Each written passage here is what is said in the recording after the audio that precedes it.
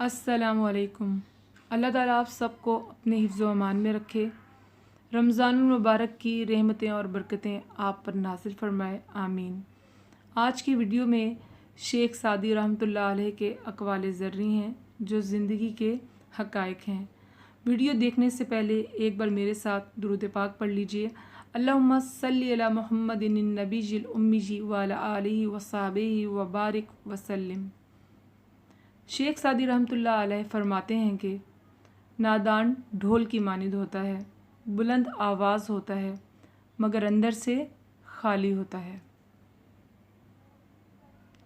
आदमी के झूठा होने के लिए इतना ही काफ़ी है कि वो हर सुनी सुनाई बात पर यकीन कर ले। अपनी ज़बान को किसी के ऐबों से आलूदा ना करो, क्योंकि ऐब तुम्हारे भी हैं और ज़बानें दूसरे लोगों की भी हैं।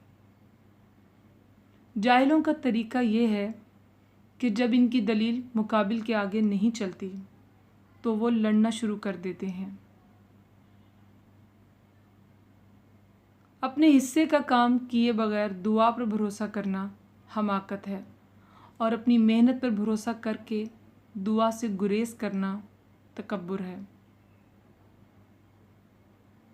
शेख सादी रहमतुल्लाह अलैह फरमाते हैं, इंसान को जितना लगाव रिस्क से है, अगर इतना लगाव रिस्क देने वाले से होता तो उसका मुकाम फरिश्तों से बढ़कर हो जाता।